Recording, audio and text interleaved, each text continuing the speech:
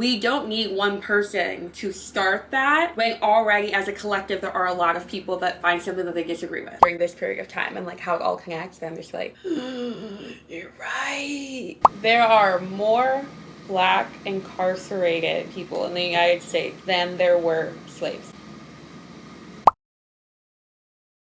What's up, guys, and welcome back to my channel. Right now it's like still February, so Black History Month, but Black history just exists. Continue learning, and I am on a journey of trying to learn more, and I figured why not multitask my learning, and I want to continue reading and supporting Black authors, amplify Black voices, and also teach myself how to braid my hair. And so for today's video, I'm just gonna be listening to audiobooks, doing little like read with me, little book review, and also teaching myself how to do my hair. Growing up, like my mom's white, my dad's Black, and so growing up I like never really learned how to braid my hair. I remember the first time that I got my hair braided, it was my cousin that did it, and I was like 8, and I was sobbing. My head hurt so bad. I have a very sensitive scalp, and like the it hurt so bad, but it looked so cute because I did like the part back and then it was all curly in the back, and then I did that again while I was on deployment. I had my friend do it, and it was like the braided back with the curly in the back, and I was like, ah, it's so cute. And then whenever I was, I think 17 or so, I don't remember, but when I was in college, I went and got my hair like done by like African hairstylist. It's such an interesting experience. Like I'd never done that growing up in like an all-white town. I don't think I knew another Black person besides my dad until I was like 10. Like had no idea. Race went over my head. A lot of microaggressions, a lot of things happening that like I was just oblivious to. I had no idea what was going on. With that, I've done a lot of like catching up as of like recent years, and I definitely learned like the regular Black history that you learn in schools, and then would do a little bit of research on my own when I would realize how whitewashed everything was being taught in schools. But I kind of stopped doing that and would just kind of take in the information that was given to me instead of seeking information and seeking answers and just seeking more education in specific topics that matter to me. But yeah, so let's just get on into it, because I have therapy today and I want to go to a yoga class later, but I think I have a stomach flu, so I might not go to that class. A lot of things happening. Anyway, this is my natural hair, no product in it.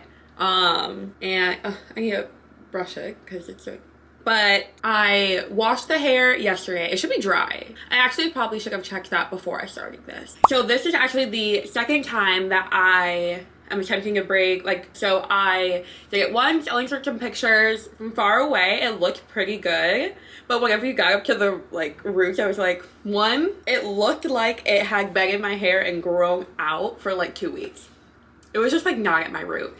And then the spacing wasn't very good. I feel like the evenness of each of the braids being the same size was pretty good for the like everything being, it was my first time ever doing it. This was a few weeks ago. So I've learned from that experience and like showing pictures to other people that I know that know how to braid, and like have sisters that know how to braid and everything, and being told like, oh, you should wash the hair first. And I was like I've had my hair braided twice, like with actual hair getting braided into my hair. I've had it twice now.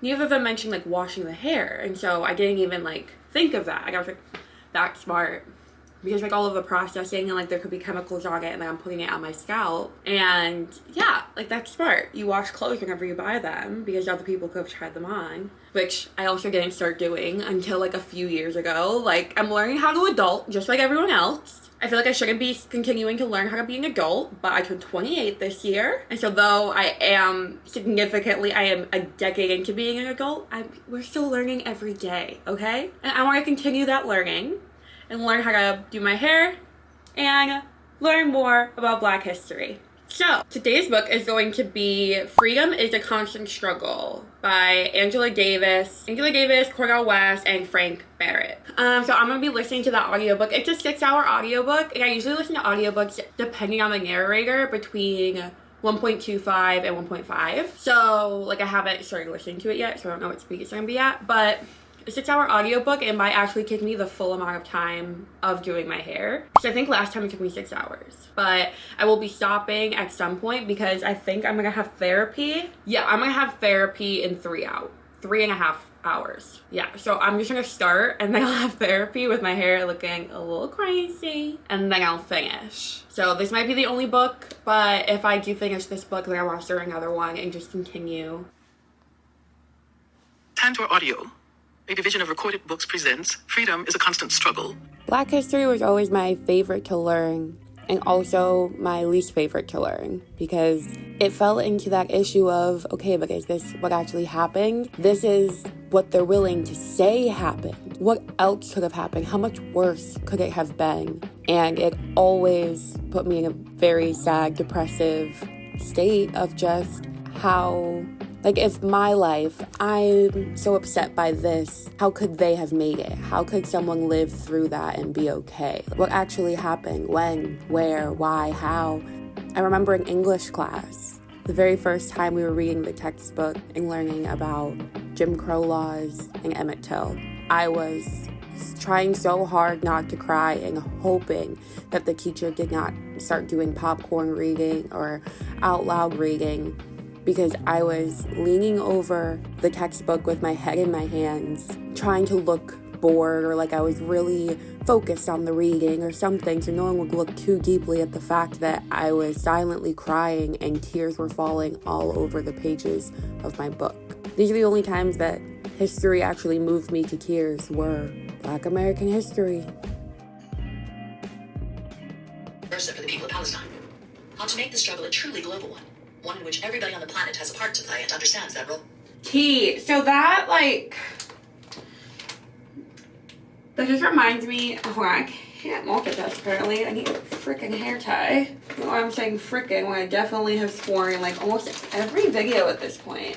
But what are you gonna do? Where's my thing of hair ties? Anyway, that's not important. Something I read the other day was about Sojourner Truth and everything that she had been doing, and the fact that, like, whenever she was fighting for, because there was the abolition of slavery and then all the difficulties that came after that because slavery wasn't, like, really ended, but she escaped slavery when she was 30 and, like, went on for years and years fighting against oppression and talking about the hardships and the struggles and everything that she had been through, and would go to, like, women's conventions and was fighting for the right for women to vote.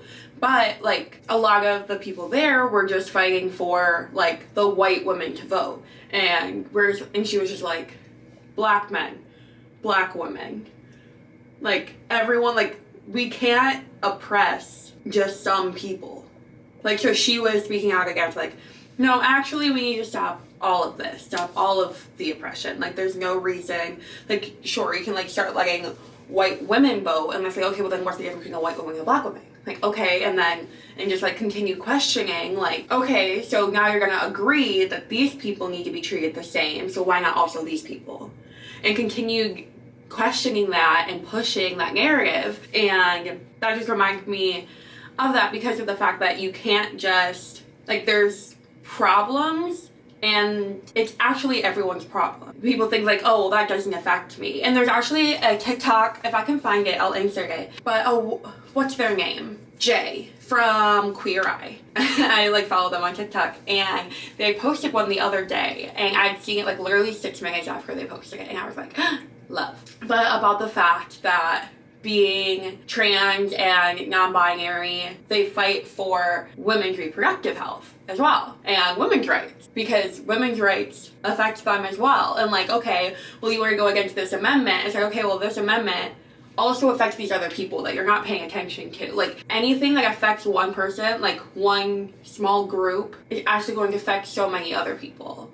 Like, with the bill that was going through, I'm not sure what status it's at right now. I think the last I checked it was at the Senate. The bill about having to have your, like, birth certificate and your ID and everything match, it was a way to go against, like, trans people from being able to vote. Because it's like, oh, well, if your birth certificate name doesn't match your ID name and your gender, sex that was assigned at birth does not match what is on your ID now, blah, blah, blah, blah. If it doesn't match, then you can't vote. Because you have to have all of these documents. And it's just like, married women can't vote. That now means that married women can vote because their birth certificate is not going to have their name. Okay, so none of them can vote. Okay, well, what about anyone who just gets their name changed? They also can't vote. And it's like, you try to create this niche rule, it's going to have a domino effect. It's going to affect so much more than what the initial issue looked like it's going to affect. And I don't even remember the exact wording of what I was just saying. I'm gonna go back. Explain to people in Bergen the global and social movement around what is today one of the most urgent issues to resolve. An issue that should define where we stand as a movement. Oh yeah, how there was like the issues with Ferguson and the issues in Palestine, that like having global relations is something that's going to affect multiple groups of people, not just what's happening in Palestine, not just what's happening like in these little areas. That's like, it's not little. It's a big issue, and how it's handled and the processes that go into it and the legislation that comes around it is going to affect so many things later on. It's like, you can't just look at the small picture, you have to look at the big picture. And also, in that small picture is millions of people dying. It's a big picture in and of itself, but you have to step back and be like, also, how is this going to affect everything? And how are we going to handle this in every other instance that's going to play into it? And like, there's so many more steps. My tummy hurts. I need to eat something. Side tangent. The focus was on how to build links with other social struggles. How to explain to people in Ferguson that what is happening in Palestine is also about them. This is such a good point too, and the fact that like in the media and in history books and everything, and like not even just in history, it's at the time of the different movements happening, that like in the movement with Martin Luther King, that they want to make it look like he was an individual that made all of this stuff happen. And Jason Mandela, that everything that he had accomplished, everything that had been accomplished was because of him and not because of the work of all of the people that were putting efforts in at the time. And because I see so many posts about that now, that it's just like, where's our Martin Luther King? Where's our like blah, blah, blah, blah, with like creating a revolution or creating a change actively now. And it's just like, there doesn't need to be one. Like, would it be helpful if there's one person that like everyone could back and it would be like, yeah, we can all come together under this person and they can speak out? And like, would that help amplify voices? Sure. But at the end of the day, like the Montgomery boycott that Rosa Parks started, it lasted over 800 days. 800 days of people boycotting the bus system. It made the difference. Like, if it was just her, it wouldn't have made such an impact. It's the fact that she stood up for what she believed in and other people were like, you know what? Yeah, I fucking agree. We're doing that. And everyone's just like, no, we're done. We're gonna make a change right now. We don't need one person to start that when already as a collective there are a lot of people that find something that they disagree with. Social media, TikTok, the amount of people on there that are just like I can scroll through and so many people are agreeing. And then they have millions of likes. We don't need a Rosa Parks to stand up or to sit down. We don't need a Martin Luther King to have a dream. There's already a big group of people that want to make a change. The amount of money that Target has lost, they got rid of their DEI program, and within a month, it's only been a month of when I'm filming this, that they've already lost like 54 million. All of this information I'm gonna put on the screen because the things spewing out of my mouth may not be factual, but I will make sure that any information I put out on this here World Wide Web is as factual as the information that I have at the time of creating. But yeah, people decided, everyone was like on TikTok, oh, we're boycotting Target, we're boycotting this. The Good Unite Us app, they created a feature where you can click if you're gonna boycott them or not. And you can see thousands of people on there saying that they're boycotting something. And then you look at the numbers and you follow the money and the shit's working. And it's been a month. You can still have change and create change without having to find someone to follow. Like, there are, of course, gonna be people in the video that are this video is gonna be a lot of me talking and not doing hair. Okay, so one last little tangent before I continue getting the hair off of the like towel rod that I have it hanging on right now. I saw a video, another TikTok, and a girl was talking about the fact that like everyone has their part to play, and like there's the pillow that just sits there, doesn't like stir anything, but can be a form of comfort for people because they're calm while everything's happening. There's the microphone that is amplifying, heating up, like they're talking, they're engaged, they like have all this information and they feel like they can't stop because they have to make up for the fact that the pillar's not saying anything. And they feel like they have to keep going. But the pillar's still there for them if they get tired. And there's the chess piece that knows the game that they're playing and is telling other people, like, you need to go here on the board. You need to go here. It's like everyone has their part to play. If you're a pillow, you're a pillow. Having another microphone isn't going to make you not a pillow. And then there's some people that, like, you'll swap back and forth. And that's okay. And sometimes you need a break. And you can shift what piece you are on the board. You can shift the role that you play in this game. Don't even get me started on that Super Bowl halftime show. It was so good. So good. Okay. Anyway. And no, I did not watch it on the Super Bowl. There were a lot of people boycotting the Super Bowl. I've only watched the Super Bowl, I think, twice in my life. So I wasn't planning on watching it anyway. And so I didn't watch it. And I did not look up Super Bowl commercials online afterwards. Because that can also support the Super Bowl. I'm not really sure why people were boycotting it. I'm like, well, if you're boycotting it, I was going to go watch it anyway. But love that for you. Full support. I'm right there with ya. I'm not going to watch it. Anyway, I'm going to get back to this book and try to shut the fuck up for a little bit so I can get something done. I can get all the hair over here and actually get started. Because part of me is like just not remembering how I set this all up before. I'm like, how did I part the back of my head? I don't have 2 mirrors. And I'm like, with my phone in there. I said I was going to shut the fuck up and here I am talking. I would like to quickly shout out one of my previous videos. It was a week in my life of mental health banned books.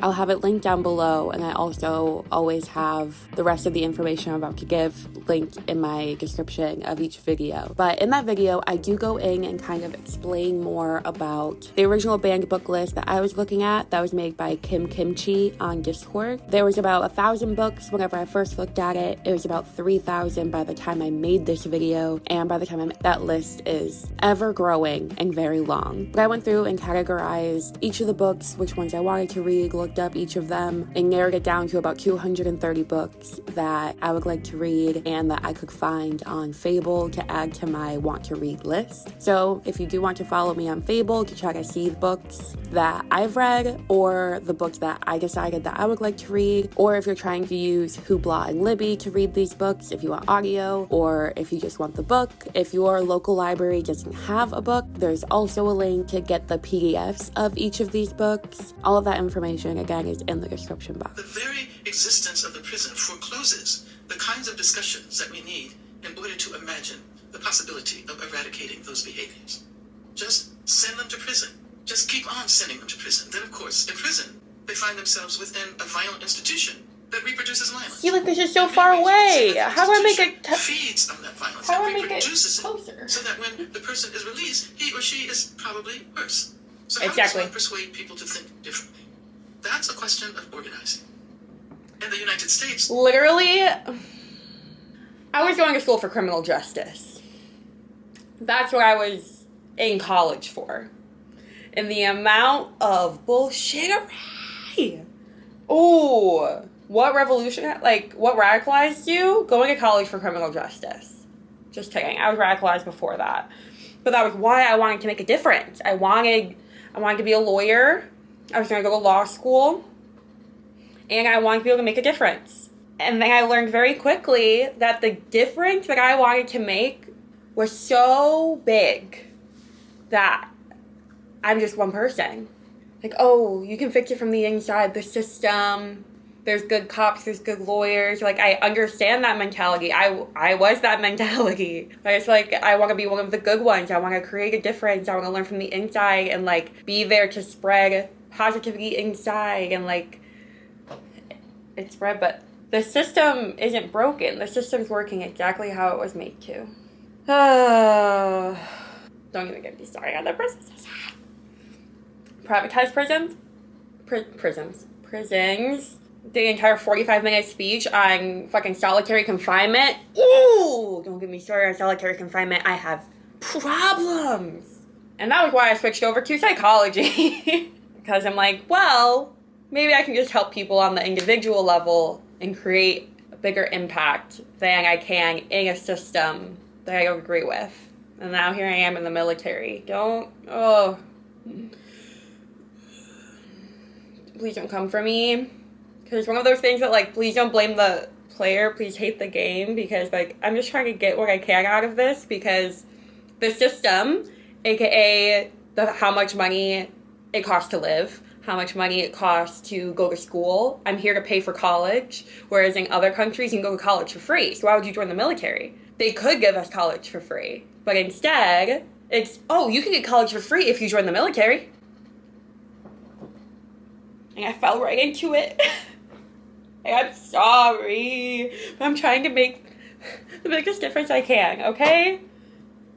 So if anyone that doesn't agree with the way I'm doing things, that's okay. I completely understand. But please just don't be mean to me in the comments, okay? I don't have, like, go watch a mental health vlog and tell me that I can withstand mean things. Because the answer is I can't.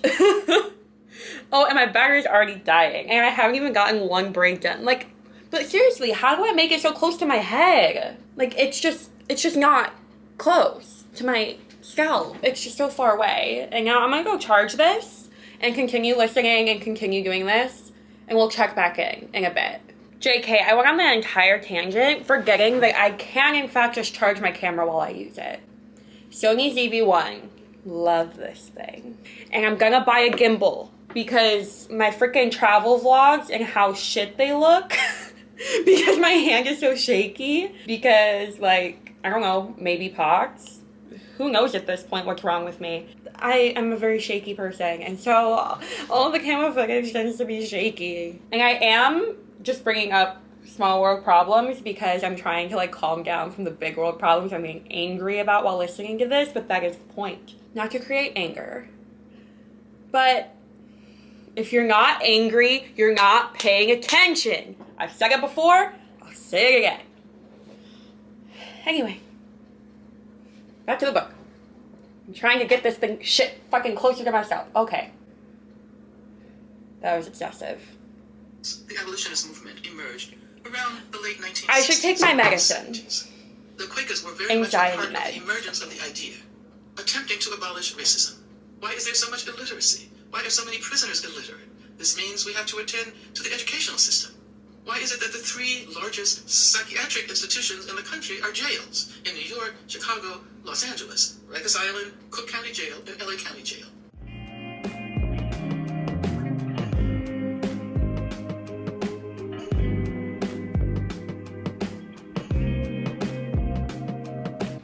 With respect to feminist struggles, That doesn't look very good. we'll have to do a lot Okay, of but I'm moving on. I'm so I often like to tired talk of about this one. feminism not as something that adheres to bodies, not as something.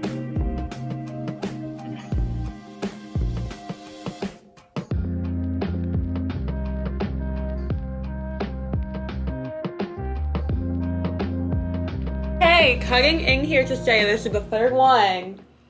And this one's actually good. I mean, if it's bad, like, let me know in the comments. But I feel like... And then I was able to, like, make sure that all of this was tucked. That was a big problem that I had last time. Was that, like, when my hair ended, I could see it. Like this one, how it's, like, sticking out. That's not where my hair is. Yeah, that's not my hair. That's the braid hair. Like, that compared to that, I feel like it's significantly better. Maybe I do have a hair sticking out. But I feel like this is going better already. I just feel like even if it doesn't look, like, super good, I want it to be, I hope that it's good enough, especially once I get to the top. Because I feel like that happened last time too, that, like, the bottom was definitely not as good as the top, which was another reason why I started at the bottom. One, sorry for the bottom number here. That's not what I was going to say. One, this way I always wanted to do my hair. Like, anytime I would dye my hair, self-promo to my hair video about my hair story and the fact that I've been bleaching it, dyeing it, making it different colors since I was 11. But yeah, so I've, like, dyed my own hair, cut my own hair, like, all of that kind of stuff. Like, I always started from the top up, too. It's going to get better by the time it gets to the top, so you're only going to see the good part, hopefully. That's another thing I want to research. I plan on doing it before this video. I might do it, like, after I finish this book. and just the sustainability of protective hairstyles. Because like right now, like this is not human hair. One, because it's expensive and I don't know what I'm doing yet. So I feel like to practice, I need to be using this. But in the times that people have done my hair or like girls at work would talk about it, they always get this. Always. And I'm just like, if your hair's always in braids and it's made with this like fire retardant fiber, this isn't hair. And then it's just gonna go into the trash. And then that's just a lot of waste. And I really hate having a lot of waste that like if it was recyclable or biodegradable or something, then like I wouldn't care. But like I really care about the impact that my actions and like my existence on this earth has on the earth, because the earth existed far before and will exist far after humans. I mean, unless we continue to kill it, but don't even want to get into that. But yeah, so if anyone knows tips on sustainability and how I can continue like learning protective styles, if there's like a brand or a good hair, because that's another thing is like, okay, well, the companies that I'm getting, like these are the expression ones. Yeah, the 6X expression pre-stretched. And so it's like if there's different brand, like I want to continue researching like sustainability, the companies themselves, how much waste they're creating. And it's like, okay, well, if this one is water generated, but then this one is renewable power source, but then this one is coal mining or whatever. If anyone needs drill baby drill, then like I don't want to order from there. Like I'd rather order from like a different company. So I'm still in the process of digging through that information and wanting to figure out exactly what kind of fibers of hair would be the least wasteful and what companies I would want to like get hair from, and then figuring out, because I'll be moving to Japan. Like by the time you see this, I live in Japan now. Just trying to figure out like if I'd be able to get it ordered there, if there's stuff over in Japan, like there's different options there that are better for the environment, all of those cases. So this is definitely like gonna be a long process, but we're just at the beginning. We have grace, we have patience, we are learning. The fact that it's been an hour now. Well, it's been 2 hours since I got back. And so like setting up of the hair, separating it, parting my hair and my little clips and everything, it's been 2 hours. And I've only done 3 pieces of hair. So that's lovely. But I've gotten so much, like this book is really good. It's definitely a 4-star. Oh, someone was talking outside. I thought they said Janine. And I was like, who is that? How do you know my name? Anyway, very good book. Like different things that I'm aware of and like how she connects all of the pieces of just like, yeah, but this was happening at the same time. Yeah, and then this happened during this period of time, and like how it all connects. And I'm just like, you're right. Because I feel like that's a big thing with history. I've never been good at history class because I get confused by like the dates and names, and then the way that we learn it just doesn't make sense in my brain. And so like in school, I knew what worked for me and what didn't, and it was hard for me to put history in a way that made sense for me. And so now that I'm older, I understand like how I learn. Like I have to have all the information at the same time. Like, if you're teaching me about this revolution and you teach me about this revolution, the dates may match up, but I can't think of this anymore because now I'm trying to memorize for a test, so I only keep these dates in my brain, even though those intersect. And there's a lot of causation, correlation that's happening between the two, but that completely goes over my head. So, like, trying to go back and be like, oh, this was happening at the same time. This actually happened 2 months later. This was all like watching Hamilton and being like this, and then the French Revolution, and then him coming back. And I was like, it was all at the same time.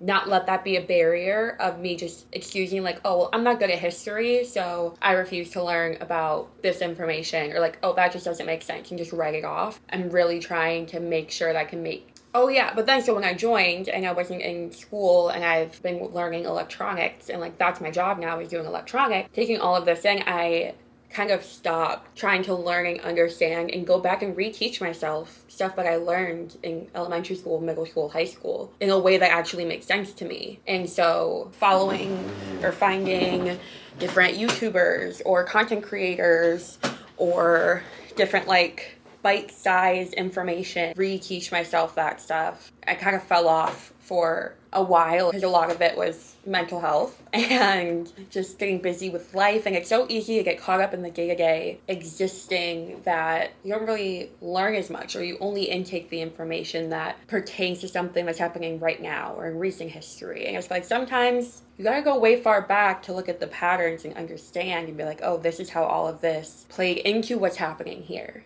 And then you get a better understanding for the present and a better understanding for what to expect in the future when you have a full, enveloped understanding of history. And I didn't appreciate that enough when I was younger. And so I've been trying to do more of that, especially through reading.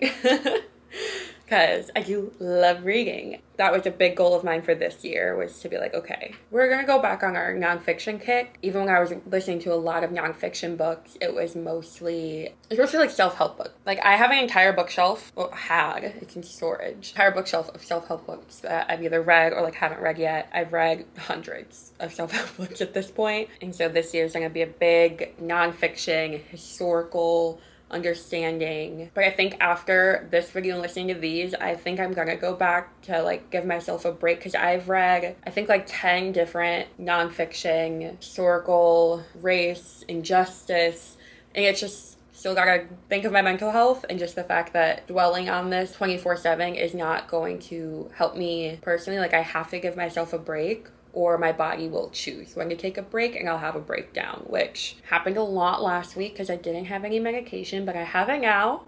All is well. The fact that I can listen to this book and not cry like I did with Sugar Truth, and I cried so many times during that, and it's literally only a 32-page book. I was crying like almost every other page. So, we're doing well. I don't know why I'm still talking. Anyway, back to the book. Perhaps transformative justice provides a framework for imagining a very different kind of security in the future. You have been an activist for decades. What keeps you going? Do you think we should remain optimistic about the future? Damn, the proclamation about like the Black Lives Matter versus All Lives Matter, the way that she puts it is so good. That it's just like, yeah, all lives should matter. They should. But they don't.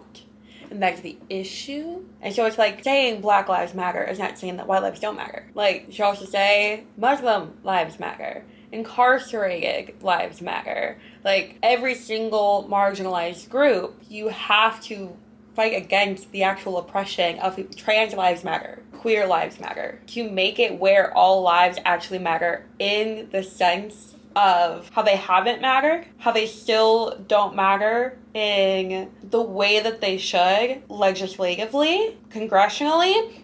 There's so many facets to it that it's just like, just putting up, actually all lives matter.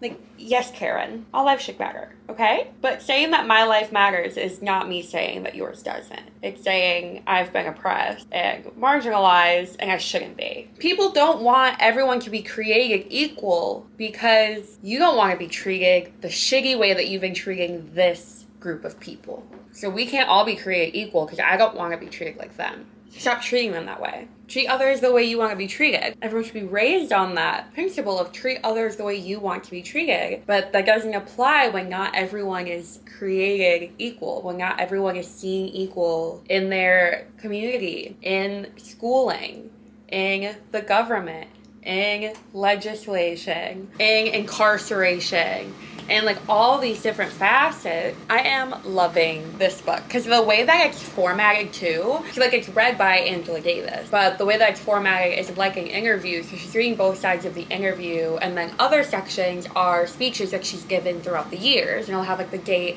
of the speech. And again, you know me and dates, no idea what any of the dates were, other than there's some like she's giving speeches in 2012 after Trayvon Martin is killed, talking about Ferguson and everything that, and I'm just like, how does it feel so long ago and also so recently that happened? And that's the crazy part, that's like, George Floyd was killed 5 years ago. And then like, I remember that, but then thinking like, therefore Trayvon Martin was killed. Like, I was a sophomore in high school. My 10-year reunion is this year. Just thinking about the fact that it's like, she talks about the abolition of slavery, like the 50-year anniversary was coming up. It was like the 50-year anniversary was coming up in 2013. This happened in 2012, and it's now 2025. And I'm just like, it really is just like a long, slow move toward equality and rights and freedom for everyone. One of the things that she talks about in like simplest terms of how I saw it was just the fact that the way that things are painted in media, that it's like, oh, this happened, like, let's say black kid gets shot, the police go to jail. People think, oh, the police went to jail. That thing is wrapped up.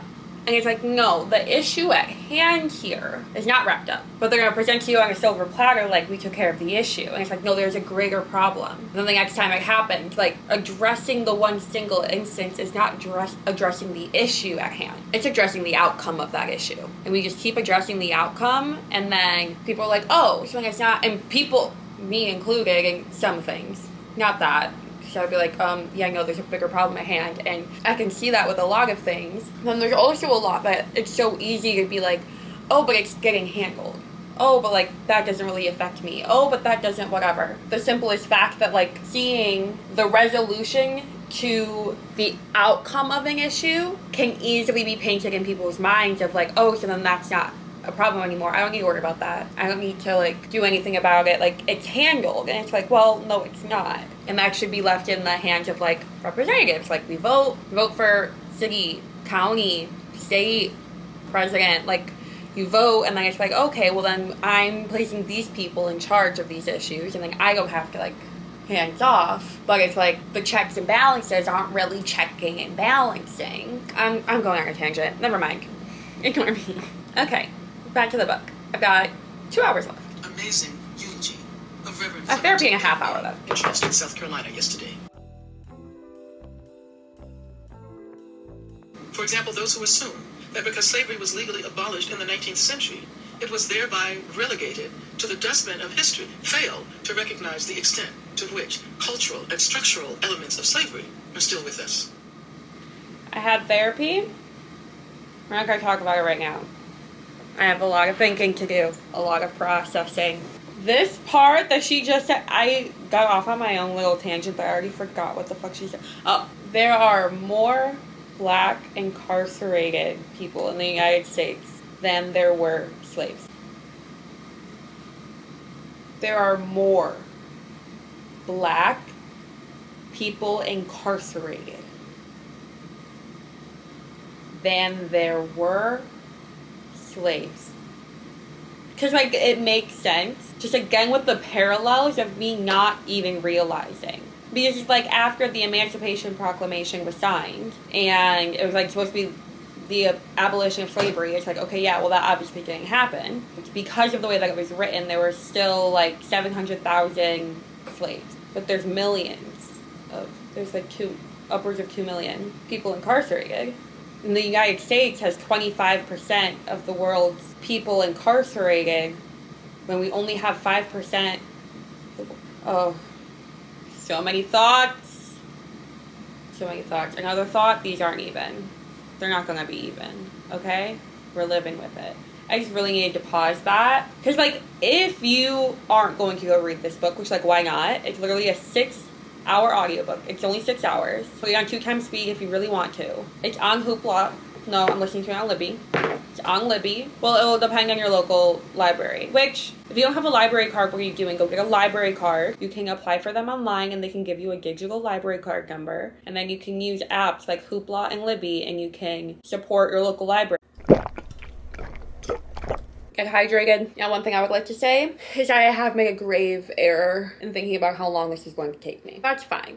So I wasn't thinking about the fact that I get very sidetracked when I'm trying to talk at the same time. And so the amount of times that I've stopped doing my hair just to talk to the camera, yeah. So this is actually going to take me much longer, which means I get to pick another audiobook, which is great. Freedom is a Constant Struggle, Ferguson, Palestine, and the Foundations of a Movement by Angela Y. Davis. Amazing. I want to give it 5 stars, but then part of me, like, I think I'll give it like a 4 or 4.5 just for the fact, because it's a compilation, but like, it's written by her. So I feel like she could have just written it differently. Like, this is just a structural thing for me. The information itself, 5 stars. Everyone needs to read it. But just structurally, it's a interview style at the beginning, and then a compilation of speeches that she's given throughout the years. And so there were some speeches where she mentioned something, like she mentioned something multiple times throughout the different speeches. And I believe it was left to create that impact of just like, yeah, no, yes, this happened, and to circle back to it to make sure that the readers also understanding that, like, yes, this is a big deal and it's being said again. But towards the end of it, I was kind of pulling out focus because, like, that's just something that happens with me, that, like, if it's something that I've heard before, I'll just, like, automatically start drawing back focus, and then my brain is, like, searching for new information. Why do you keep saying drawing back focus? You mean zoning out. And I'm about to zone out just trying to edit this video. Because what am I saying? And I have to, like, focus really hard on, like, staying present and what's being said, because of course she says it differently each time, and she might add different information because the context of why she brought it up is a little different. It's a me thing, like probably also many other people. I'm just saying, nothing bad on the book or the publishing or the formatting physically of it. It's just it did not work for my brain as well as I would have wanted it to. And it also could have been different if I was reading it on the page, but I also have a tendency to, like, skim words and have to go back and all of that kind of stuff. But I'm about to just drink an energy drink and continue, because I've made the grave error of doing this on a Monday. Like, I have work tomorrow. I can't go to work if it's not done. So I have to finish my hair tonight. I should have waited till the weekend, but I was like, oh no, it'll be fine. I'll have time. And that was another thing brought up in therapy, was my schedule. Don't even get me started. I am starting myself because there's no one responding to me. I am actually just talking to myself. Oh, I also have already given up on the parting. I've just been grabbing pieces. Like, I still make sure that this line across is straight, but the line going down for, like, each section, I didn't check the last 2 times. So there's that. To do, there's Sister Outsider by Audre Lorde and Cheryl Clark. This is actually Sister Outsider Essays and Speeches. I don't know if it's the same. So this is presenting the essential writings of Black lesbian poet, feminist writer Audre Lorde. Sister Outsider celebrates an influential voice in 20th century literature. In this charged collection of 15 essays and speeches, Lorde takes on sexism, racism, ageism, homophobia, and class, and propounds social difference as a vehicle for action and change. Tantor Audio, a division of Recorded Books, presents Sister Outsider, Essays so and Speeches. A Black lesbian? Narrated by Poetry?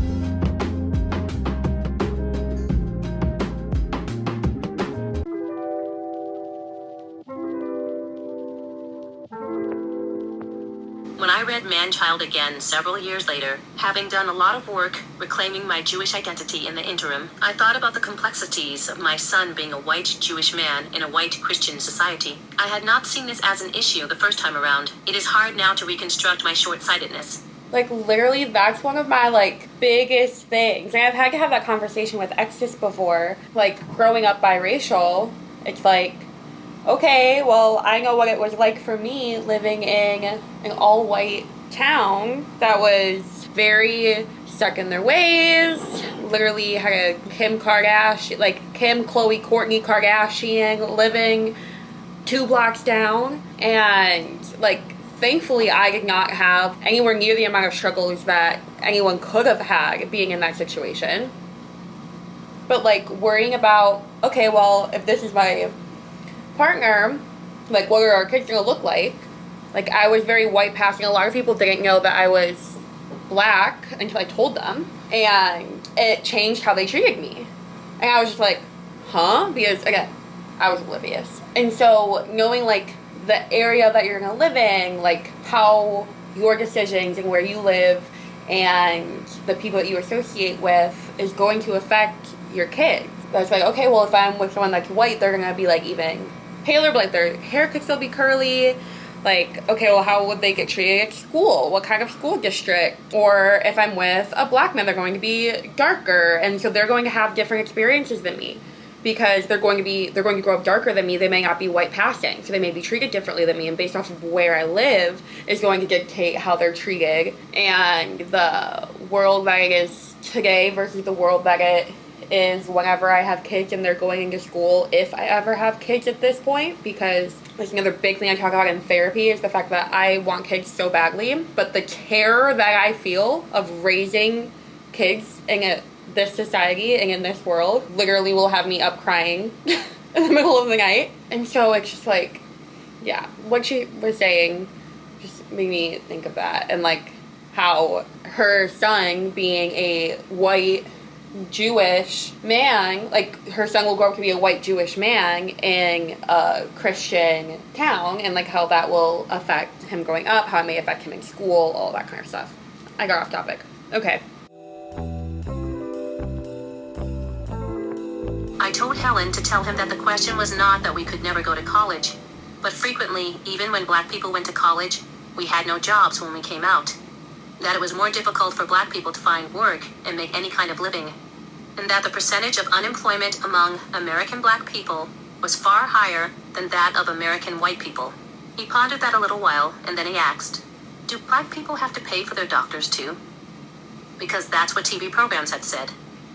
I smiled a little at this and told him it's not only black people who have to pay for doctors and medical care. This is full on giving whenever TikTok was banned, everyone went to Xiaohongshu. But it was so funny because seeing the people that would just be like, you guys have like apartments over there, like over in China, and being surprised at like how Chinese, like how the Chinese culture was and their apartments. And then there were people that were doing like grocery hauls. If they were like, this is how much money I spent, and they were like doing the conversions, and they were like, this is how much, like they were taking pictures, like this is how much lettuce is.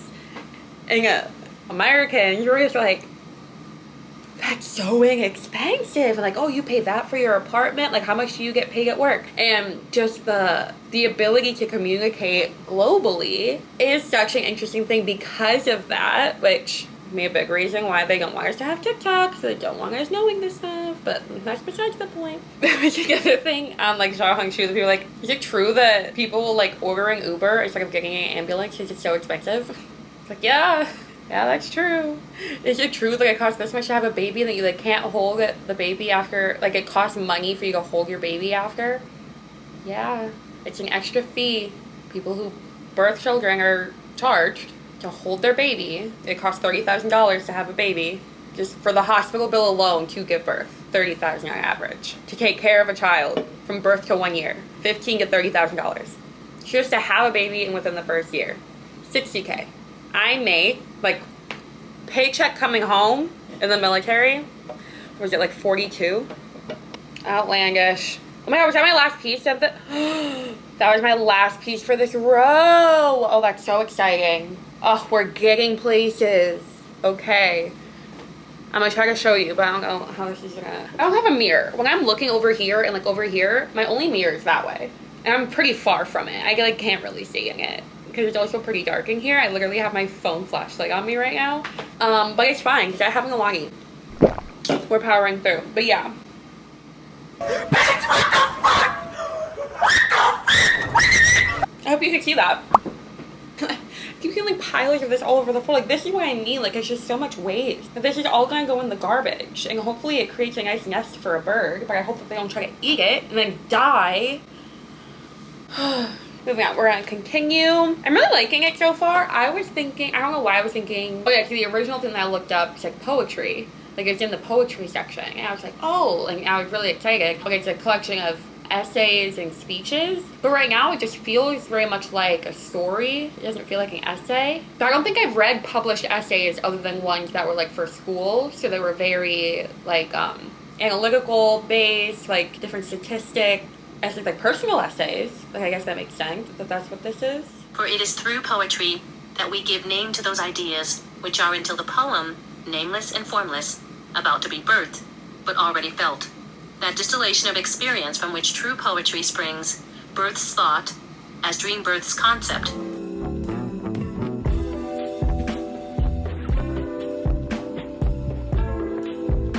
Okay, we have a problem. Don't mind this piece, okay? Let's see. So this braid, right? This whole piece, like it's braided to the top. And only the top, and it's not in this piece. I think, wait, is this the piece? How long ago did I do this? Like, So part of me is like, just cut it out at the top. Like, just cut it off. And the other part of me is like, undo the whole thing. How did I manage that? Looking kind of questionable. I keep staring at the screen, so I'm like, literally just using my phone light. Okay.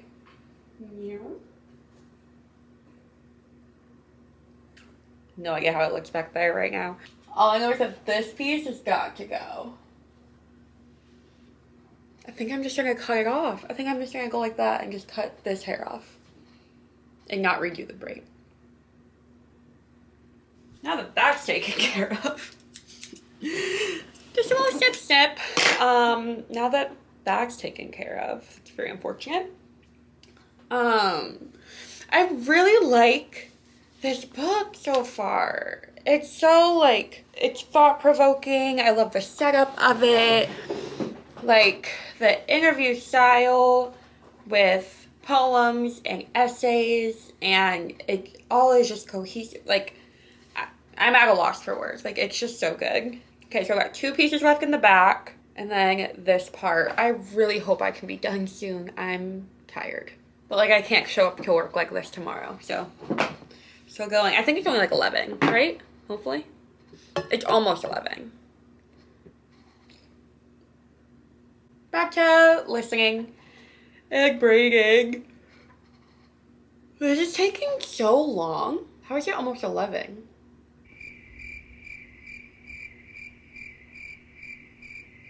The reason this is taking me 11 hours. I was on the phone for like an hour earlier and was not multitasking, and then I had my therapy for an hour. That still puts me at 9 hours. Why is it taking me so? Well, also I'm focusing harder. It might just be that I shouldn't have used the fact that last time it took me 6 hours as a starting point because it didn't look good. I feel like I am definitely like the restarting and the taking my time has equated to it looking better. So yeah, that's my bad.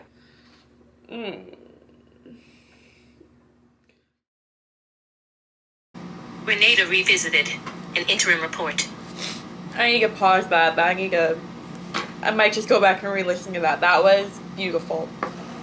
I haven't finished it yet. I still have like a half hour left. Oh, but that part. Please listen to this. It's already 5 stars. Like, I don't even need to finish it. It's 5 stars. If you are a person, you need to listen to that. That part that I just listened to was, it just hit.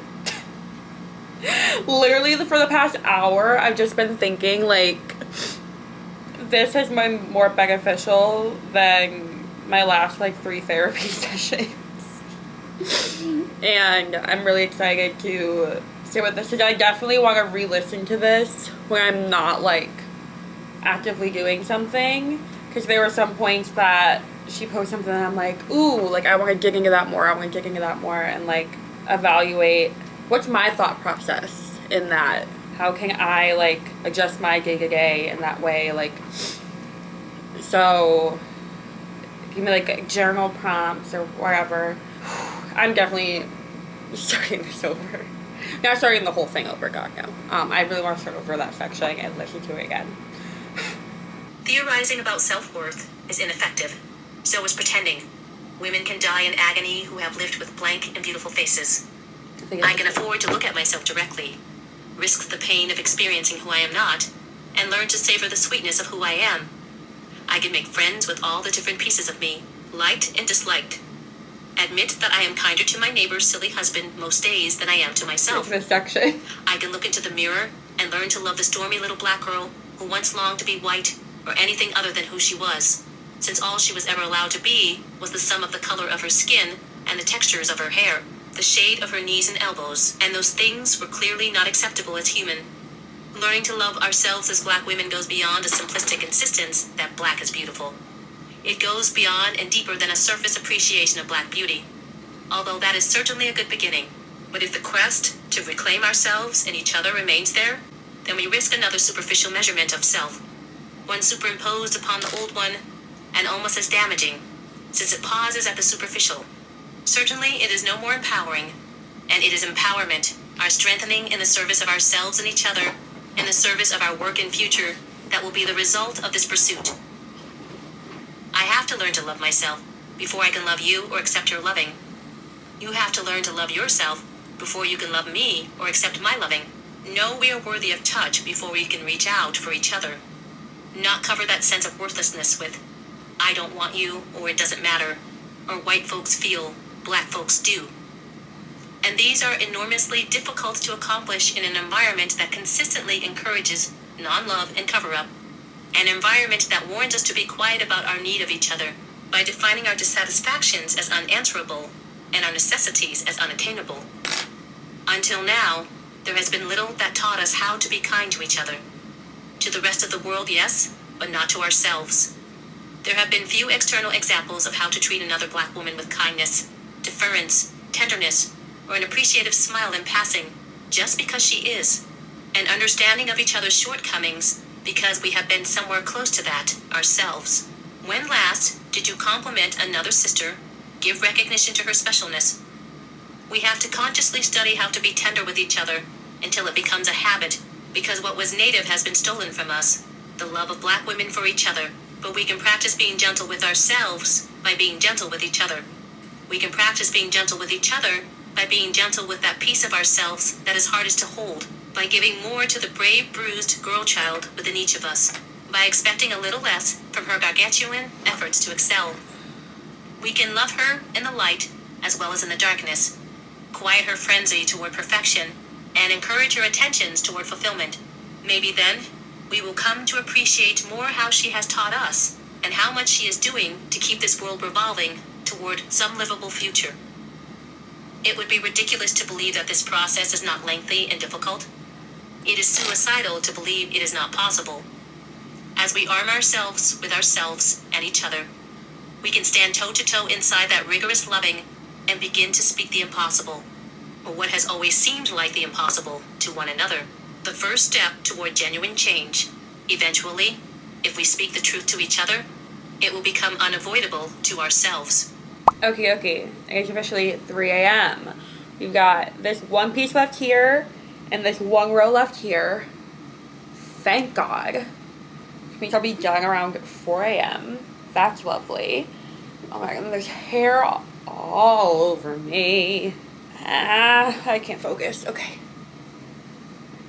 The book was amazing.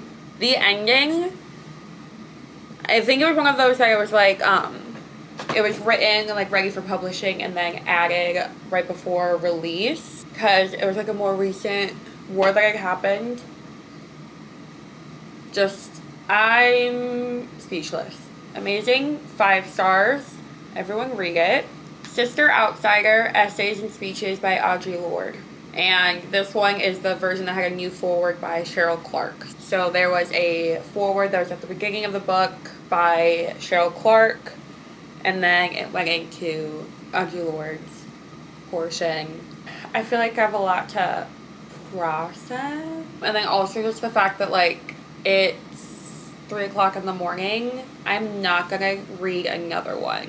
I'm gonna finish my hair. But yeah, we've got a 4-star and a 5-star.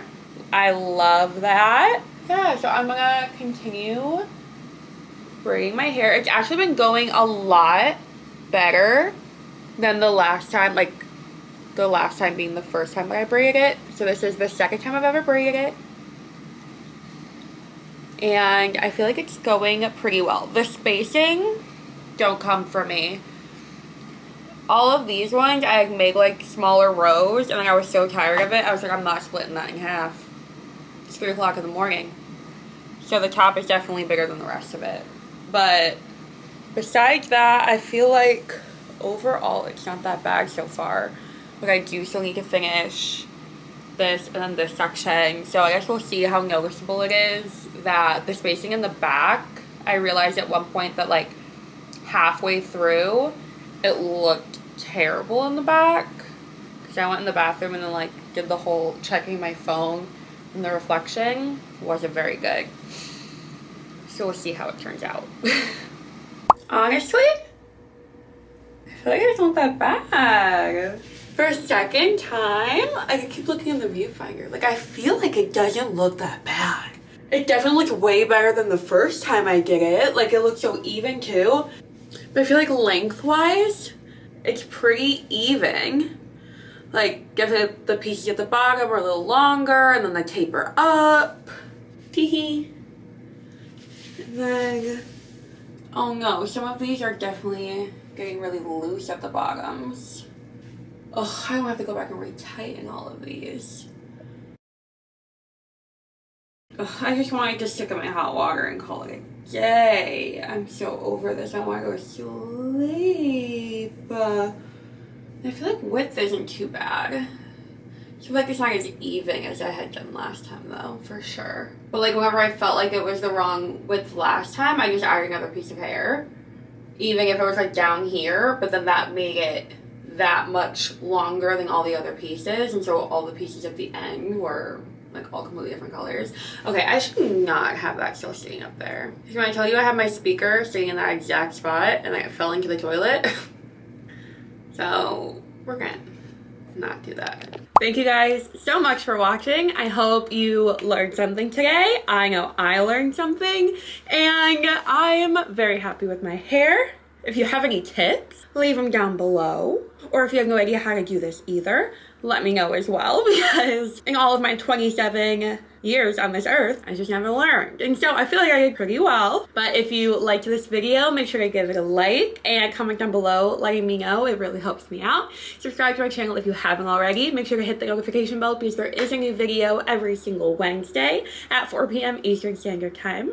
And that will be the same time when I'm living in Japan, because that will be 6 a.m. for me in Japan. So if anyone starts subscribing to me when I'm living in Japan and do a bunch of Japan vlogs, 6 a.m. Tokyo time. And it's great to continue learning African American history because Black history is American history, is world history. They're all the same thing. So even if people don't recognize Black History Month, who cares? Because it should be taught at school way more often and not whitewashing watered down. But that's just me. I'm not in charge of the Department of Education, but I do have the qualifications apparently, because we don't need qualifications to be in charge of anything anymore. And on that note, I will see you in next week's video. Bye.